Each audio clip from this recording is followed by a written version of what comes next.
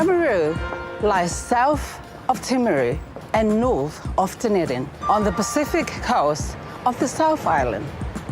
It's a small town that had its glory days over 100 years ago, when the port was built to capitalize on the new trade in frozen meat. The freezing works is still a big employer in town today. I was born and raised in Tonga. My family moved here 7 years ago when my husband came here to play rugby. We're a part of a growing Pacific community here. Tongan is the second most commonly spoken language in Oamaru after English. But it's not just the Tongan community that's finding a warm welcome here in Oamaru. Let's hear from some of the other people that are making this community more diverse and accepting by the day. In this episode of Neighbourhood, we'll meet a German family who had discovered the good life in Oamaru. The first person who can pronounce the name of the soup properly will get a free soup. Yeah, so then the Germans come and then I have to give all the soup away. No, it's only for our regulars. A woman from Indonesia passes her faith to her daughter. It's very important gift from my mom for me before we leave Indonesia. And then I will give this to my daughter when you are, big enough and you are able to read the Quran. Because you're still learning, eh? You're still learning? Yeah. We'll meet a young man who has turned adversity into a vision for the future. I have a real love for music. It gives me hope. It gives me assurance that I'm just like everybody else. It takes away all the pain. And a local artist takes inspiration from the place he grew up. Some of the stuff I'm doing is about the village that I'm from that doesn't actually exist anymore as it was. So I spent so much time drawing it as a kid that it's there, it's all in there. I'm Api Fifita, and this is my neighborhood.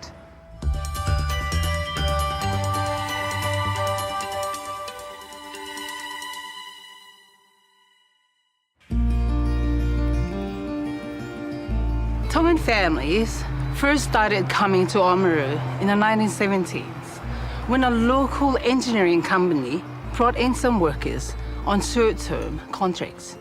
Some of them stayed, and since then, the Tongan migrants have come to Oamaru, whether for work, to play rugby, or to join some of their other family members. Now we have a community of over 1,000 people here.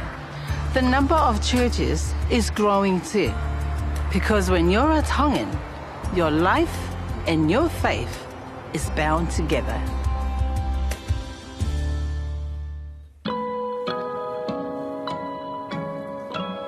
I born in Jakarta. I live in the country with the highest population of Muslim. And I've been to London, who has a mosque, Auckland, who has a mosque, whatever you need to practice is there. But somehow, I wasn't that religious.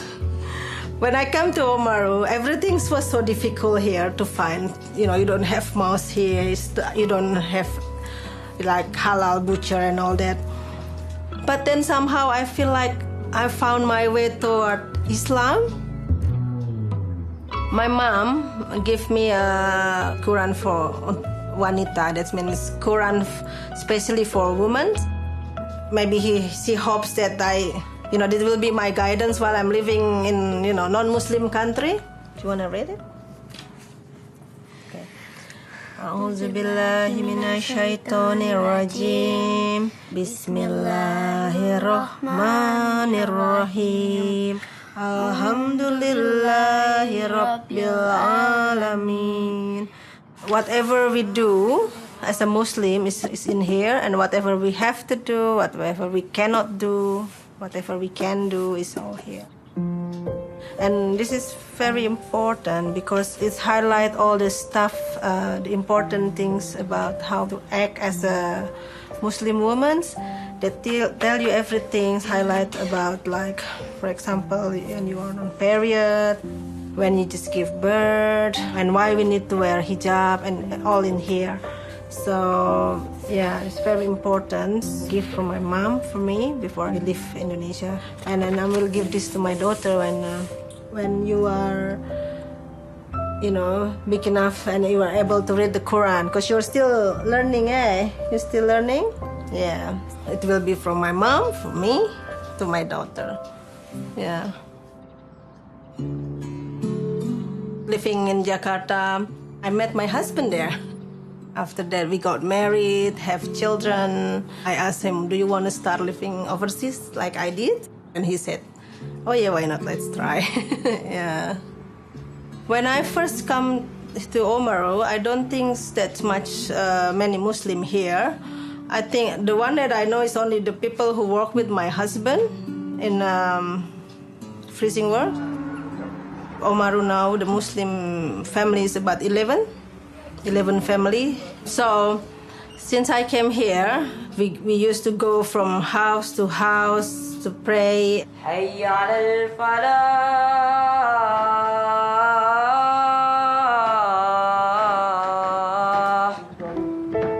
Last year, we make our organization. We are Muslim Association of Oamaru, and we agree that we going to look for a place to pray. So since January, we got our place to rent to pray. So that's Alhamdulillah. That's a big thing for us. Allahu Akbar. It's more reward when you pray together rather than you pray by yourself at home. I can pray at home every day if I want, but you know, we choose to come here to pray together, to be together, and that's like, you know, feeling like having a family, because I don't have family here, only my own family. So surrounding by them, I feel like I have my own family. Continue again. Ba.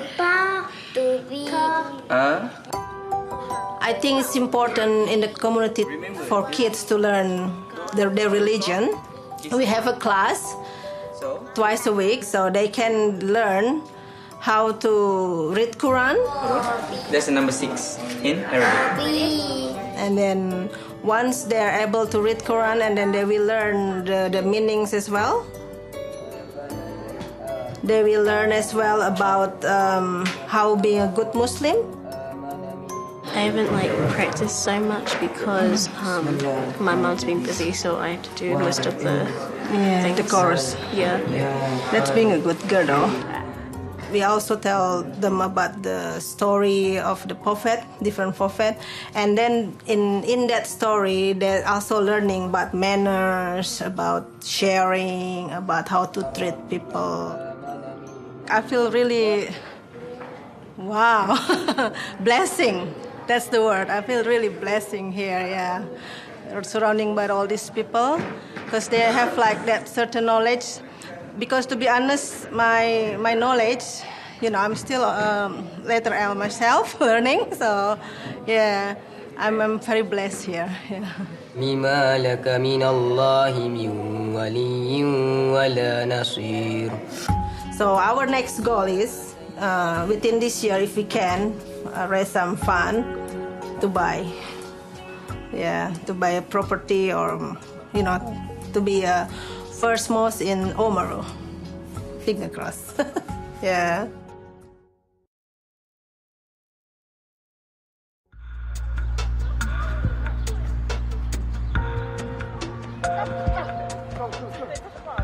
My husband was a professional rugby player. It gave us the opportunity to travel a lot. Before we moved to Oamaru, we were living in Japan for 5 years. It was a huge contrast to the tiny village I grew up in. I miss my family and the food. But when I felt lonely or the crowds were overwhelming, my memories of home always got me through during those hard times.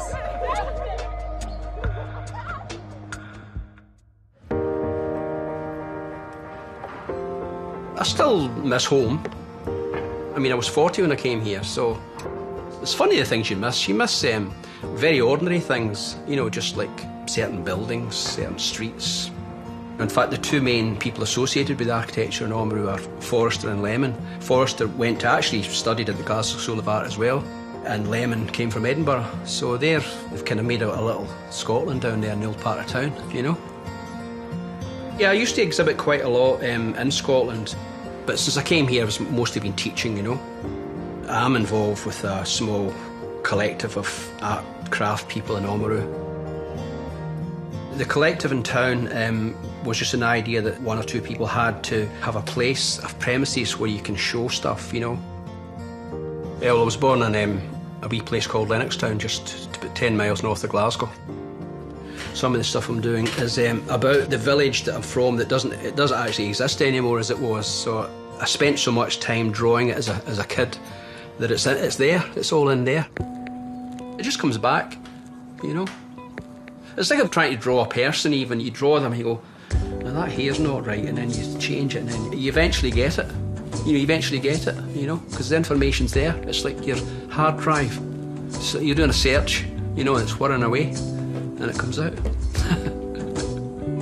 In fact, I drew my school from memory because there's a local history society and they contacted me to say, could you draw the school? Because there's no photographs of it. There's not a single photograph of my school. So I'd started to draw this stuff and it started to come out and then send it back to people. And they go, geez, that's it, you know? It's funny. Growing up in Lennoxtown, but it was a great place. It was just a huge playground, hills to the north, forests to the south, and you're just surrounded by great countryside and you just ran wild.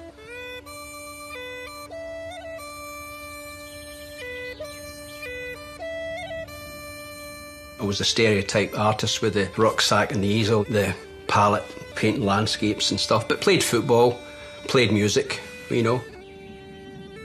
One of my pals was playing a record in the studio and this track came on of the Uilleann Pipes, which I'd never heard before.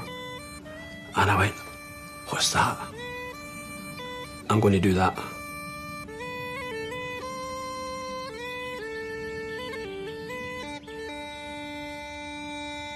I'd play in just sessions in pubs or just in the house with friends, you know. Jackie was playing the flute and I was doing the pipes. That's how we met. She's from here originally, so that's why we're here. Anywhere in the world is music. There's music everywhere. And a musician will always relate to another musician. You're just the same kind of people.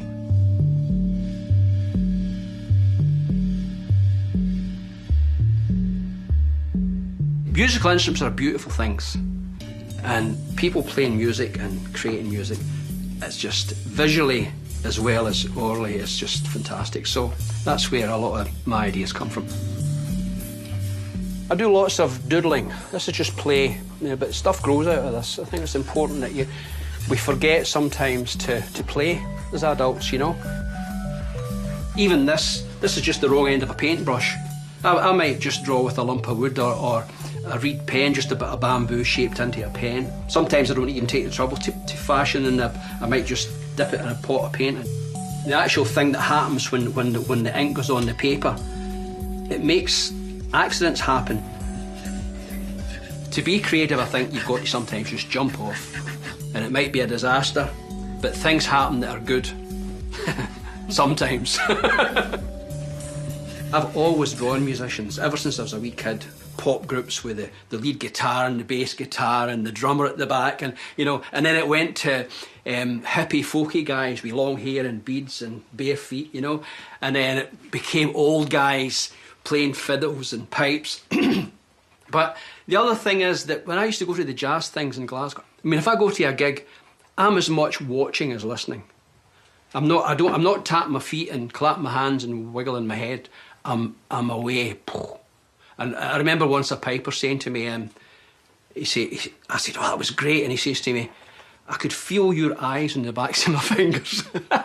I'm kind of, you know, I remember my pal saying, you know, enjoying this. And I'm going, oh, I'm loving it. I'm in heaven, you know. In the past, I might have done something that looked exactly like a guy playing a fiddle or whatever, but now it's more about some of the wildness that's in the music that I like. So the trick is, to be able to gesture and describe in a way that's saying something about what things feel like rather than just what they look like. I think with art, it's something you have to do. It's not that you plan to do it. I think when you don't do it, you're not right. It's just such an integral part of you. Just made that way, it just has to be done.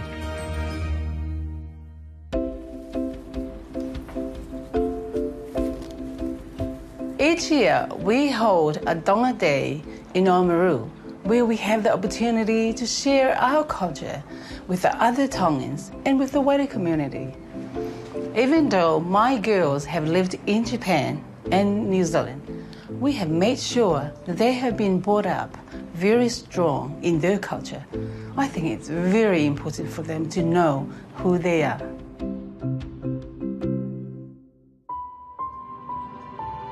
My parents had split up when I was 3, so I never actually remember them being together. My father is a Pentecostal Christian, and so is the rest of his family. Growing up, it was normal. Yeah, it was just a part of who I was. Well, at the age of 10 or 11, I found myself attracted to boys instead of girls. I started getting real down about it when I'd hear my dad speaking down about homosexuality and how wrong it was, and as I got older I started to understand it a bit more, and I thought, oh my goodness, this is me. You know, you're speaking about me, and I'm sitting here like not knowing what to do with my feelings or how to talk about them, so it was pretty difficult. Yeah. When I was confronted about it by school peers and family, I would say no, I'm not, just to try and keep it safe enough for me to try and get through. At the age of 12, I met this guy through the church that my father was running. He was the projectionist. You know, a lot of people were sort of like, you know, this guy's a 33-year-old man, what's he doing hanging out with a 12-year-old kid, you know, 13-year-old kid. And a few of my friends had raised suspicions and whatnot, but I kept giving him the benefit of the doubt, telling everybody that he wasn't doing anything. But that was just to keep it under the rug because he'd buy me a lot of things. He abused me for 3 years of my life, from the age of 12 to 15. It took about 3 years after they caught him to put him in jail, but he went to jail. And I'm still trying to recover from the effects that it's had on me. Post-traumatic stress, horrific anxiety, a bit of depression as well. Just a lot of things that happen when you come out of abuse like that. The community here was pretty good to me when that stuff had happened, so I was very thankful to have such loving and caring people around me.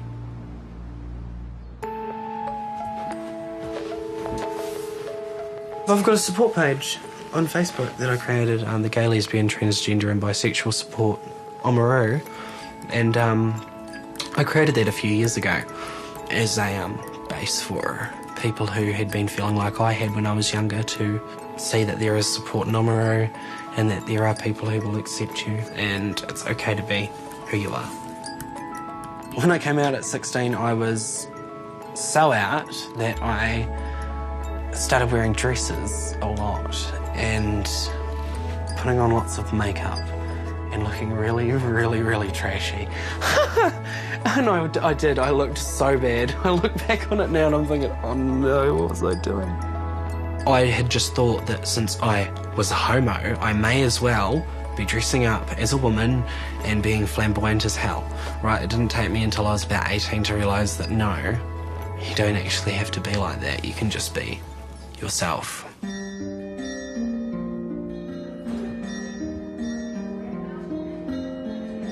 It's lovely to have everybody here, and it's really my pleasure to introduce Harley, who's going to play the piano for us this afternoon. My mum got me into playing at the rest home. I went and played for the old folks when I was young, and they absolutely loved it, and it made my nana and my mum very proud. After that, we went through a couple of other rest homes and performed for them too, and they just loved it as well. I started the piano when I was about 3 years old. My father's mum taught me a bunch of old hymns on the piano when I was younger, and I just took it up and started playing myself after that, and have been playing ever since, really. I have a real love for music. My father's side were all very talented in music, and that's where I believe I got my talent from. It gives me hope. It gives me assurance that I'm just like everybody else. It takes away all the pain. If I'm feeling stressed out or if I'm feeling a bit down, I'll just go and play my music, and it makes me better. Yeah. And I believe that no matter what happens to you, we're all human beings, and no matter what gets thrown at you, how you go through life, I believe that you can get through it with the right people and the right support and the right mindset.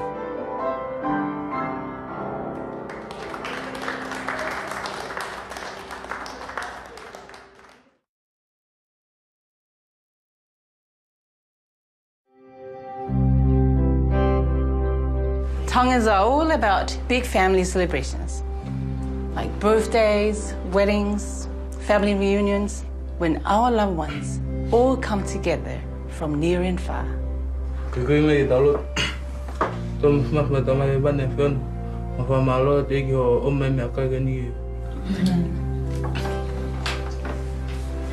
This year, my siblings and I are planning a family reunion in Tonga that will bring most of us from overseas back to the kingdom. We love family celebrations that strengthen our family bond, and we want to make sure that our children feel those connections as well. We want to have just a house with enough land, somewhere not too warm. We always had a garden back in Germany, so we started having a garden. We brought the Icelandic horses with us, so they needed room. So we started fencing differently. Everything was one big paddock when we came. It's getting cold. They're getting their winter fur already. In Germany, we would have never been able to go as self-sufficient as we have been here. We wouldn't have been able to afford as much land. Ja, komm, Mitche, komm! Ja, komm! No way, Jose. A lot of the things we already did in Germany in very far smaller scale. And when we came here, we said, look, now we've got the opportunity of actually making it really work. Rauf mit euch, rauf mit euch. I started the bakery 7 years back. We have 5 kids. Benny is 19 and he started the butchery with 17 by himself. And Julie started the cafe now with 16. Can I have an overlander, please? Yeah. Okay, yeah. Auf Wiedersehen. For, really strangers to New Zealand, coming in from overseas. We're here for 18 years and we've established ourselves within the community. We don't actually have cafe food as such. We've tried to actually give people a real meal. It's plain, but it's real food. We cook like our parents or grandparents would have cooked at home, so it's all made absolutely from scratch with as much organic, locally sourced stuff that we can find at the moment. We come from a village where we both grew up and we knew pretty much everyone. After 18 years, I've kind of got the same network going again here, and it's something that, we're really happy about. Look, the soup we're cooking today, we're actually thinking of doing for the cafe too. And the runner beans are just ready. And I wanted to actually try to challenge people and say the first person who can pronounce the name of the soup properly will get a free soup. Yeah, So and the Germans come and then I have to give all the soup away. No, it's only for our regulars. Because it's gonna be Schnippel bonnet soup. Yeah, the soup comes from our region because runner beans have been a staple. They've got a very hardy kind of runner bean that even grows where we come from. And because it's quite stringy, you know, runner beans tend to be stringy. That one, you have a little device for cutting them really fine. So that's where the Schnippel comes from. Schnippel is a small it's a slither. Yeah. It's a slither, so it would be slithered bean soup. Yeah, look, everybody has to help here on the farm. You know, kids grew up here when we were just running the farm. Everyone had its chores right from the moment they could actually run around. And everyone, all of our kids can cook. I find it funny when you're getting older, you're suddenly longing for things you had when you were a kid. When did you actually start making this soup? Like 3 years ago? 3 or 4 years ago, yeah. Because it took you a while to convince us to even grow the beans. I didn't like it as a kid, but suddenly you think of the smell and you think, oh, I'd like to try that again. And it was good. So you grow into it. We've got the beans, and you want to get kind of the smoky flavor in there, and we get the bacon of our son's butchery. Yeah, the potatoes, of course, which come out of the garden. Well, we used to make butter and we used to make cheese, so we had to stop all that now with a cafe. But we still have got enough cream from our own cows, at least, for a soup or in the coffee. And of course, you know, with a soup like that, with a good hearty soup, it's nice to have some good hearty bread. So we've got our own breads from the bakery, so which is very traditional. You know, have a dark rye bread with that soup. It goes really nice with the flavor and the texture. Look, it's always very satisfying to actually know that pretty much everything there you've grown yourself. It comes through what you've kind of created. People asked us, so how do you come to Oamaru? Because Oamaru wasn't the flavor of the month 1998. And I said, look, I've got the feeling if you're actually just traveling around looking for the ideal place, you're becoming like an older bachelor, you know, who gets too choosy. In the end, you're never going to be happy anywhere. I think there are so many nice places in New Zealand that, you know, we choose this one and that's it.